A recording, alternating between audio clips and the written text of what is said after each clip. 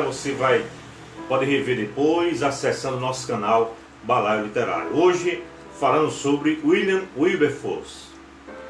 Todos vós sois um em Cristo Jesus. No século XVIII, a Inglaterra detinha o monopólio do comércio de escravos negros. Os meios de transporte eram os mais cruéis imagináveis. Boa parte da população inglesa tirava proveito desse comércio e o povo, de maneira geral, aceitava a escravidão. Havia aqueles que enriqueciam e por isso defendiam com veemência o escravagismo.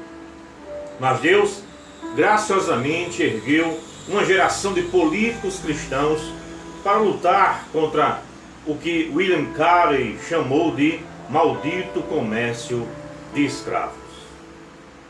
William Wilberforce nasceu numa família nobre da Inglaterra, na cidade portuária de Kingston, em Yorkshire, em 24 de agosto de 1759. Filho único de Robert e Elizabeth Wilberforce. Após estudar em escolas em Hull e Portsmouth, foi aceito em 1776 no St. John College, na Universidade de Cambridge, onde decidiu dedicar-se à carreira política.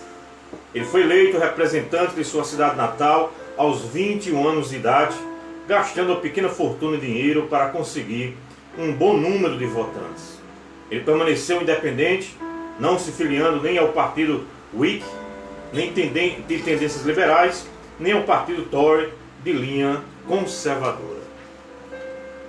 Aos 24 anos já era um político famoso por sua eloquência e acabou por ser eleito representante de Yorkshire, o maior e mais importante condado da Inglaterra, chegando a Londres cheio de popularidade. Também se tornou amigo próximo de William Pitt, o primeiro-ministro britânico.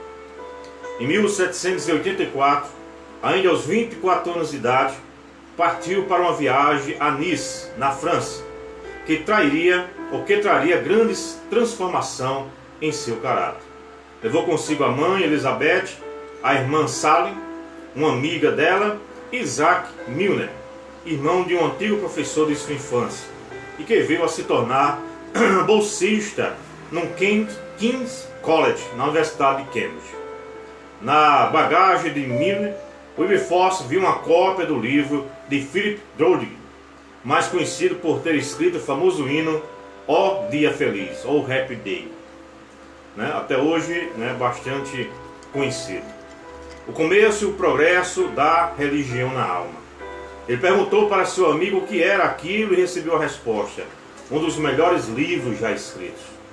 Os dois concordaram em lê-lo juntos na jornada. A leitura desse livro e das escrituras, acompanhada de conversas com Milner, levaram o jovem político à conversão. Ele declarou em seu diário, em fins de outubro daquele ano: assim que me compenetrei com seriedade, a profunda culpa e tenebrosa ingratidão de minha vida pregressa vieram sobre mim com toda a sua força. Condenei-me por ter perdido tempo precioso, oportunidades e talentos. Não foi tanto o temor da punição que me afetou, mas o senso de minha grande pecaminosidade por ter negligenciado por tanto tempo as misericórdias indescritíveis de meu Deus e Senhor. Eu me encho de tristeza. Duvido que algum ser humano tenha sofrido tanto quanto eu sofri naqueles meses. Wilberforce começou um programa que durou toda a sua vida, de separar os domingos e um intervalo a cada manhã para se dedicar à oração e às leituras espirituais. Já de volta a Londres, a vida de Wilberforce tomou novos rumos. Ele considerou suas opções, inclusive o ministério cristão, mas foi convencido por John Newton, autor do hino Preciosa a Graça de Jesus, e respeitado ministro anglicano da igreja de St. Mary, em Londres, que Deus o queria permanecendo na política, em vez de entrar para o ministério. Espera e crê que o Senhor te levantou para o bem da igreja e o bem da nação, escreveu Newton. Depois de muito pensar e orar, Wilberforce concluiu que o Newton estava certo. Ele entendeu que Deus o chamara para ser um parlamentar na Câmara dos Comuns. Minha caminhada é de vida pública. Meu negócio está no mundo e é necessário que eu me misture nas assembleias dos homens ou deixe o cargo que a providência parece ter me imposto. Escreveu em seu diário em 1788. Outro que o influenciou fortemente foi John Wesley. Lembra que a gente já falou dele aqui, de John Wesley? Procure nossas biografias no canal Balaio Literário.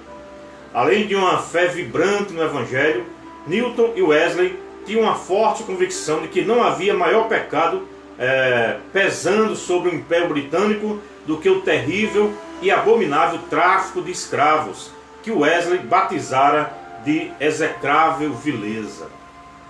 Bruce Shelley diz que os ingleses entraram nesse comércio em 1562, quando o Sr. John Hawkins pegou uma carga de escravos em Serra Leoa e o vendeu em São Domingos. Então, depois que a monarquia foi restaurada, em 1660, o rei Carlos II deu uma concessão especial para uma companhia que levava 3.000 escravos por ano para as Índias Orientais. A partir daí, o comércio cresceu e atingiu enormes proporções. Em 1770, os navios ingleses transportavam mais da metade dos 100.000 escravos vindo da África Oriental, levando-os para a França, Espanha, Holanda, Portugal e colônias britânicas. Tem sido estimado que 10 milhões de africanos foram transportados como escravos e cerca de 1 milhão morreram durante as viagens entre o continente africano e a Europa e as Américas. Entendia-se inclusive que, como escreveu Mark Shaw, a escravidão estava inseparavelmente associada ao comércio e ao bem-estar, e até mesmo à segurança nacional da Grã-Bretanha. Vamos lá. Em 1778, Wilberforce conheceu Thomas Clarkson, famoso líder abolicionista, e um grupo de ativistas evangélicos que incluíam Grenville Sharp, a educadora Hannah More e o almirante Charles Middleton, que o persuadiram a se unir a eles. Então, no domingo 28 de outubro, ele escreveu em seu diário as palavras que se tornaram famosas: "O Deus Todo-Poderoso tem colocado sobre mim 2 grandes objetivos: a supressão do comércio escravocrata e a reforma dos costumes." Foi por conta dessas influências que Wilberforce decidiu dedicar toda a força de sua juventude e todo o talento que tinha a um único objetivo que consumiria toda a sua vida: a abolição do tráfico negreiro. Uma fonte de estímulo dessa luta foi a sua participação ativa no chamado Grupo de Champlain, constituído de pessoas ricas cujas residências ficavam em Champlain, um elegante bairro localizado a 8 quilômetros de Londres, que apoiava muitos líderes leigos na busca de uma reforma social, liderados por um humilde ministro anglicano, Henry Vere. Como destacam Close, Pierrat e Amut, o grupo de Champlain foi, de longe, a mais importante expressão anglicana na esfera da ação social. Esse grupo de leigos geralmente se reunia para estudar a Bíblia, orar e dialogar na biblioteca oval de Henry Taunton, um rico banqueiro que todo ano doava grande parte de seus rendimentos para a filantropia. Entre os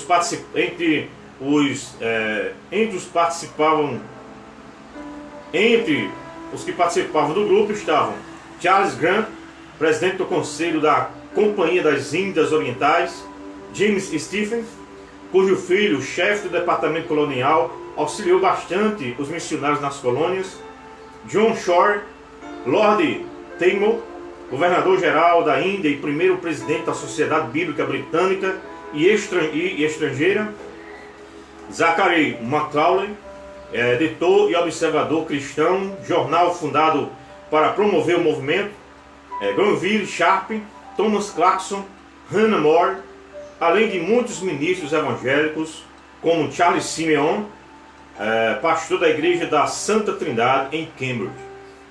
Dentre várias atividades, eles ajudaram a fundar a colônia de Serra Leoa, onde escravos libertos poderiam viver livres, a reformar as condições das prisões, a combater a exploração do trabalho infantil e a fundar a Sociedade para o Alívio dos Trabalhadores Pobres, além de outras iniciativas. O grupo reunia pastores, jornalistas, escritores, artistas, empresários, militantes de movimentos sociais e parlamentares. Claus, Pierrat e Amout nos dão um vislumbre da comunhão em que estes cristãos viviam. Este grupo uniu-se numa intimidade e solidariedade incríveis, quase como uma grande família. Eles se visitavam e moravam um na casa do outro, tanto em Chatham como na própria Londres e no campo. Ficaram conhecidos como os Santos por causa de seu fervor religioso e desejo de estabelecer a retidão no país. Vários comentaristas observam que eles planejavam e trabalhavam com um comitê que estava sempre reunido em conselhos de gabinete em suas residências para discutir o que precisava ser consertado e estratégias que poderiam usar para alcançar seus objetivos. Neste grupo, discutiam os erros e as injustiças de seu país e as batalhas que teriam de travar para estabelecer a justiça. Os membros do grupo de Chatham demonstraram a diferença que um grupo de cristãos pode fazer. Eles elaboraram 12 marcas que nortearam seu esforço pela reforma social na Inglaterra do século XIX. Estabeleça objetivos claros e específicos. Pesquise cuidadosamente para produzir uma proposta realista e irrefutável. Construa uma comunidade comprometida que apoie uns aos outros. A batalha não pode ser vencida sozinha. Não aceite retiradas como uma derrota final. Comprometa-se a lutar de forma contínua, mesmo que a luta demore décadas. Mantenha um foco nas questões. Não permita que os ataques malignos de oponentes o distraiam ou provoquem resposta similar. Demonstre empatia com a posição do oponente, de forma que diálogo significativo aconteça. Aceite ganhos parciais quando tudo o que é desejado não puder ser obtido de uma só vez. Cultive e apoie suas bases populares quando outros que estiverem no poder se opuserem a seus projetos. Transcenda a mentalidade simplista e direcione as questões maiores, principalmente as que envolvem questões éticas.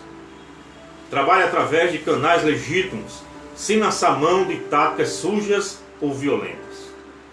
Prossiga com senso de missão e convicção de que Deus o guiará providencialmente se estiver verdadeiramente a seu serviço. Muito bem. Esse grupo era composto de evangélicos com uma fé sólida, ortodoxos, dedicados à oração e ao estudo das Escrituras. Integrantes em suas igrejas, dedicados, como Mark Shaw escreve: a luta pela liberdade pessoal e a melhoria de vida daqueles que sofrem, usando para isso as armas da persuasão, educação e legislação. John Wesley escreveu sua última carta a Wilberforce em 24 de fevereiro de 1791, 6 dias antes de morrer, encorajando a executar o plano de abolição da escravatura.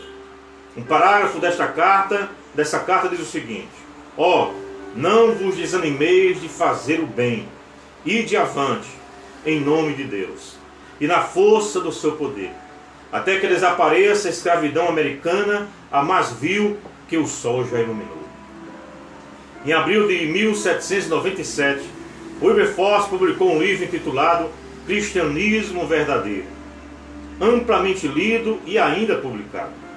Onde que esta obra fosse um ataque contra o cristianismo nominal, ela evidenciava o interesse evangélico do autor na redenção, que é a única força regeneradora na justificação pela graça por meio da fé e na leitura da Escritura, em dependência ao Espírito Santo, ou seja, uma piedade prática que redundasse em serviço relevante para a sociedade. Nessa obra, ele disse sobre o cristianismo verdadeiro: eu entendo que a característica essencial e prática dos verdadeiros cristãos seja a seguinte: uma vez tendo confiado nas promessas de aceitação dos pecadores arrependidos por meio do Redentor, eles tenham renunciado e rejeitado a todos os outros mestres e tenham se consagrado sincera e irrestritamente a Deus. Este é o símbolo que o batismo representa para nós. Seu propósito agora é o de entregarem completamente ao serviço racional do seu justo soberano. Para os verdadeiros cristãos, as faculdades físicas e mentais, suas habilidades adquiridas, sua substância, sua autoridade, seu tempo e sua influência não são instrumentos para sua própria gratificação. Estes pertencem e são consagrados para a honra de Deus e são empregados em seu serviço. E sobre o poder e o direito, com ousadia devo confessar que creio que as dificuldades nacionais são resultado do declínio da religião e da moralidade entre nós. Devo confessar de igual modo, ousadamente, que minhas sólidas esperanças acerca do bem-estar da nação dependem não tanto da marinha ou do exército, nem da sabedoria dos governantes, nem do espírito de seu povo, mas do poder de persuasão que a religião possui, representada pelos muitos que amam e obedecem ao Evangelho de Cristo. Eu creio que suas orações ainda podem prevalecer. Nesta obra, ele afirmou explicitamente o estado da humanidade em pecado, caída de seu estado original, degradada e escravizada. Mas também enfatizou as grandes doutrinas do Evangelho, isto é, a necessidade da morte expiatória de Jesus Cristo e a justificação pela graça recebida pela fé somente, assim como a obra renovadora do Espírito Santo, em termos claramente bíblicos e evangélicos. Como John Piper escreve: não é incrível que um dos maiores políticos britânicos e um dos mais perseverantes combatentes públicos a favor da justiça social pudesse levar tão alto a doutrina? Talvez seja essa a razão do impacto da igreja de hoje ser tão fraco como é. Aqueles que são mais apaixonados para serem úteis para o bem-estar social geralmente são os que têm menos interesse ou menos informação pela doutrina. Wilberforce diria: você não pode permanecer dando frutos se estiver separado da raiz. O livro se tornou um imediato sucesso de vendas, tanto na Grã-Bretanha como nos Estados Unidos. Em um ano já haviam sido impressas 5 edições, e logo foi traduzido para o francês, o alemão, o italiano, o espanhol e o holandês. Neste mesmo ano, em 30 de maio, Wilberforce se casou com Barbara Ann Spooner, com quem viria a ter 6 filhos.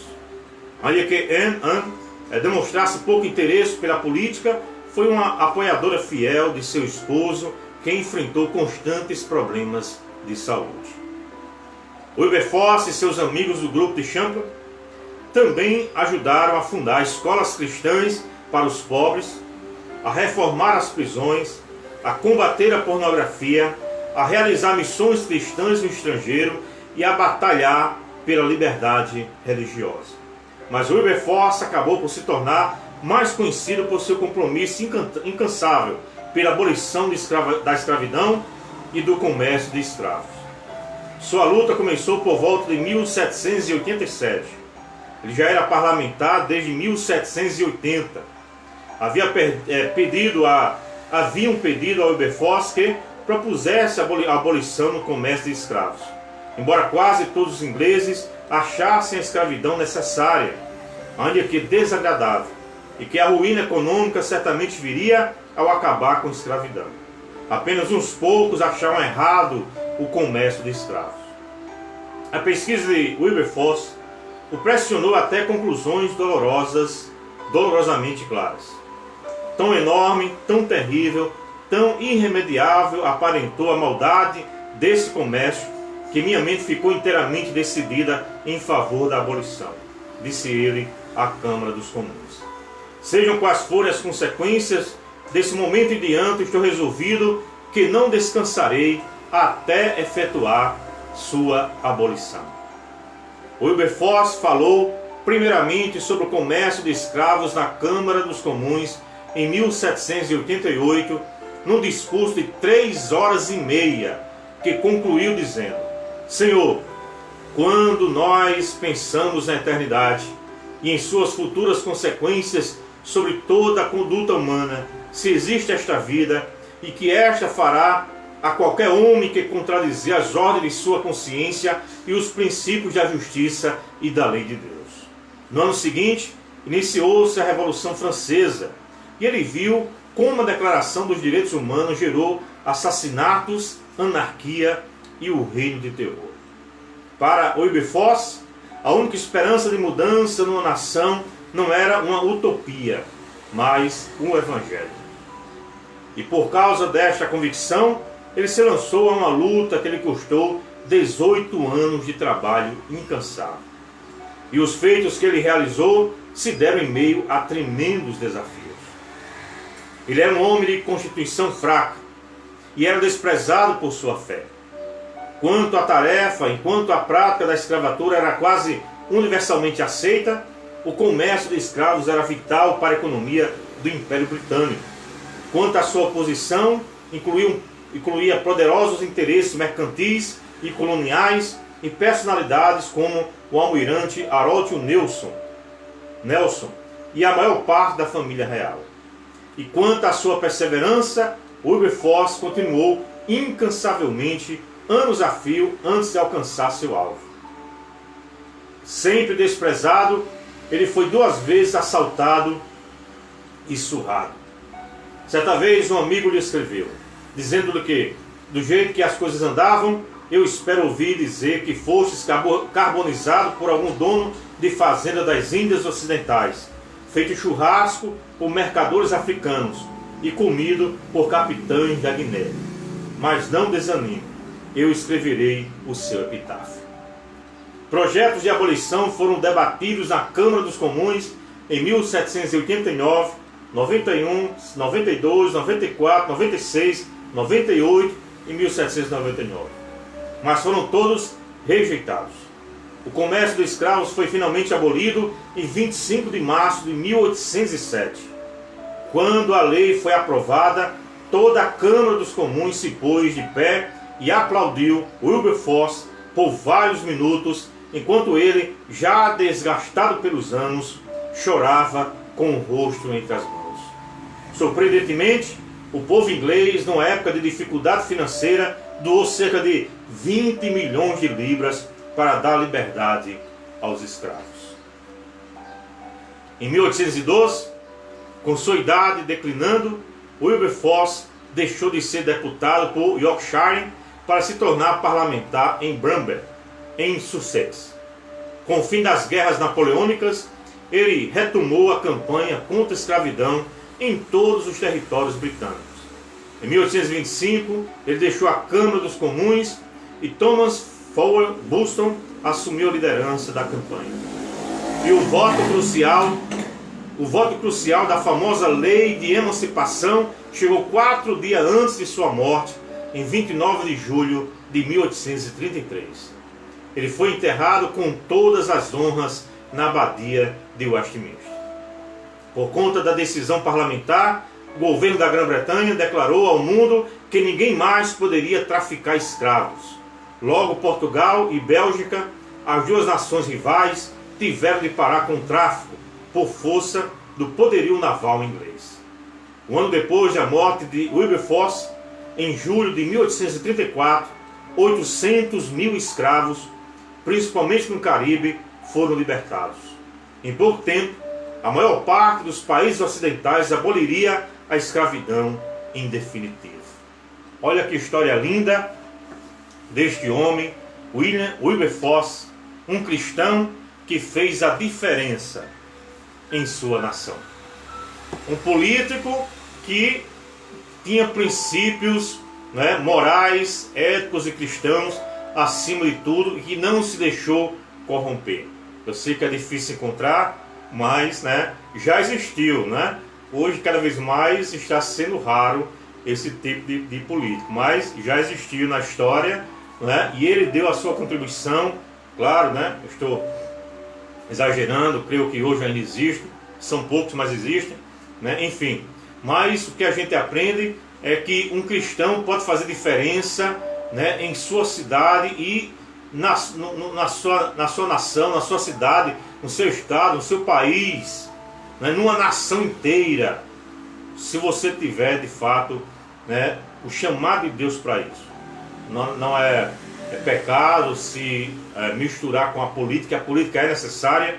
O que a gente sempre condena é a politicagem, né, e usar o poder político para fins escusos. Isso é inadmissível, mas a política faz parte da nossa vida todos os dias, né? Nós vemos isso agora na quarentena, né, onde somos afetados diretamente por decisões políticas também, né, de prefeitos, governadores, de qualquer instância, e a gente tem que entender que precisamos fazer a diferença, né? O Wilberforce entendeu que Deus colocou diante dele a fazer diferença e fazer o bem aos pobres, né? Criando escolas para pessoas pobres que não podiam pagar, ajudando aos necessitados. Esta também é a função da igreja. Que Deus abra o nosso entendimento para que a gente possa entender isso. Ele entendeu que seria mais útil na política do que por trás de um púlpito. E realmente foi isso que aconteceu. Por causa da sua insistência, por causa da sua fé, ele não deixou se desanimar, né? Ele perseverou anos a fio até que o seu sonho se tornasse realidade. E fica de exemplo para cada um de nós. Não desistamos, mesmo que dure anos, vamos continuar perseverando, para que as pessoas sejam impactadas por algo que a gente possa fazer por elas, ok? Muito obrigado aos amados irmãos e amigos que estiveram conosco até agora. Você pode rever essa live em nosso canal, rever essa biografia em nosso canal, como as outras também, no Balaio Literário. Quero lhe pedir para que você acesse o nosso canal Balaio Literário no YouTube, compartilhe com seus amigos, irmãos, familiares, para que a gente possa chegar aí a um bom número de inscritos. Muito obrigado pela sua atenção. Se você se inscrever no nosso canal, depois estaremos passando mais informações, estaremos falando de outros assuntos pertinentes também para a nossa vida. Muito obrigado, que Deus te abençoe e vamos terminar com oração. Pai, muito obrigado por cada um dos teus filhos que nos acompanharam nesta tarde. Abençoa a vida de cada um, dando graça, Deus, a cada um deles, fortalecendo, despertando o desejo de aprender mais, de ler mais, de conhecer mais histórias fantásticas como essa. Ajuda-nos a fazer o teu querer e a tua vontade. Assim que oramos, com corações gratos por tudo, em nome de Jesus. Amém. Antes da bênção, né, deixa eu falar com nossos irmãos que entraram, nossa irmã Silvanira, Cláudia, Juvino, José Patrício, Sônia Maria, Santoca, Bianca Guedes, Cléo, a paz, Fred Simões, a paz, verdade, irmã Graça, Galvão, a paz do Senhor para todos, amém. Muito bem, irmã Silvaneira. Não esqueçam aí no Instagram, Raquel.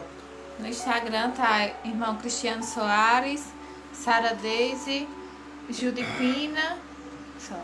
Muito bem. Muito obrigado, compartilhe e não se esqueça de me ajudar no canal Balaio Literário, ok? Que a graça e a paz do nosso Senhor Jesus Cristo, o amor de Deus, nosso eterno Pai, que as divinas revelações e a comunhão do Espírito Santo do Senhor seja